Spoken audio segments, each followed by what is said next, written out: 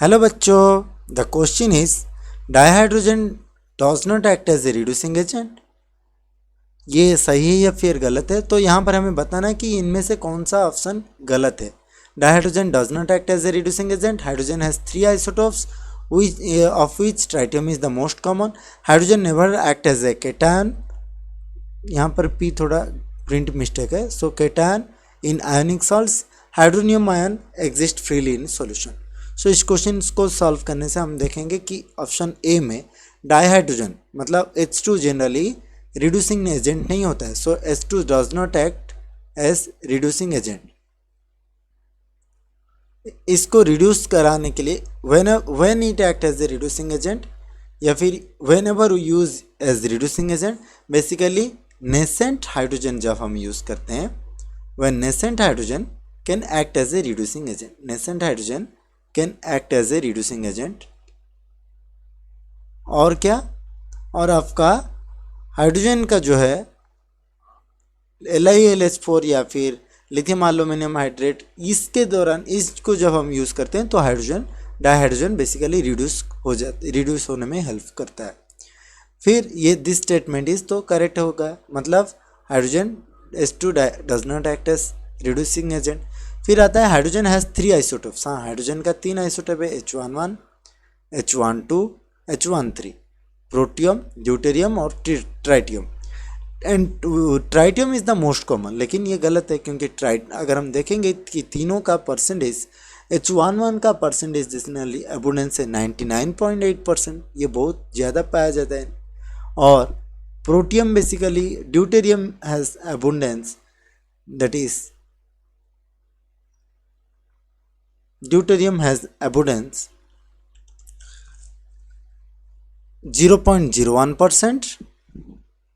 और ट्राइटियम का अबुंडेंस कितना है? Tritium has abundance that is 10⁻⁻5%। So बहुत कम है abundance, so it is not a common isotope, इसलिए दिस ऑप्शन इज इनकरेक्ट। ये आपका गलत रहा, तो हमारा ऑप्शन मिल गया, ये इनकरेक्ट है, मतलब this is the right answer. फिर चलते हैं सी और डी, सही है या फिर गलत है।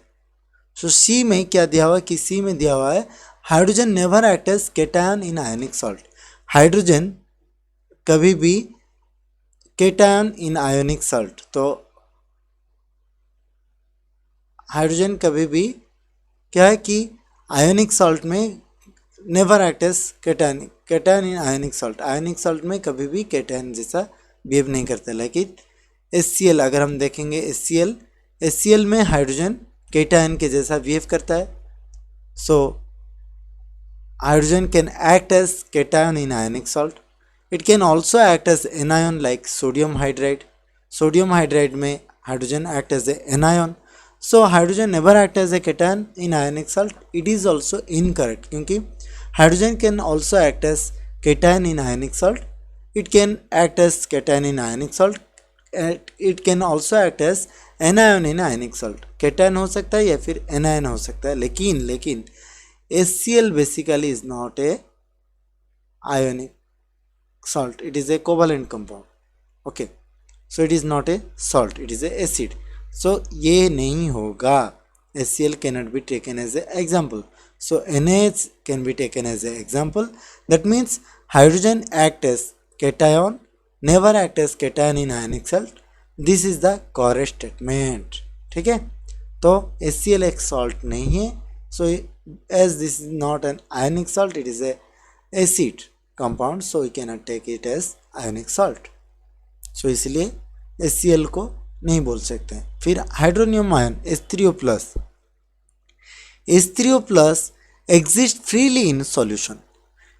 हाँ, H3O+ जो भी है एक्चुअली जब भी प्रोटॉन जो है, proton basically hydronium ion, proton basically freely solution में नहीं एग्जिस्ट करता है, लेकिन H3O+ can exist freely in solution. So this is also the correct statement.